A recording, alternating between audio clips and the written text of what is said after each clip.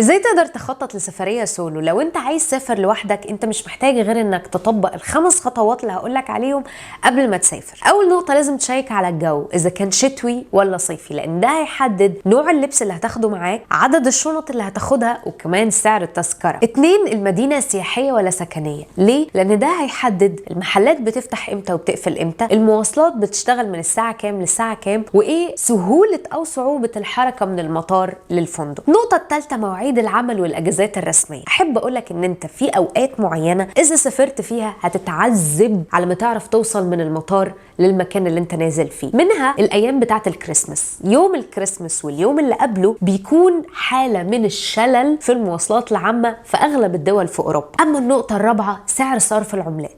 يمكن في بعض الدول بيكون احسن انك تغير من هناك العملة احسن من انك تغيرها قبل السفر، عشان كده شيك على سعر الصرف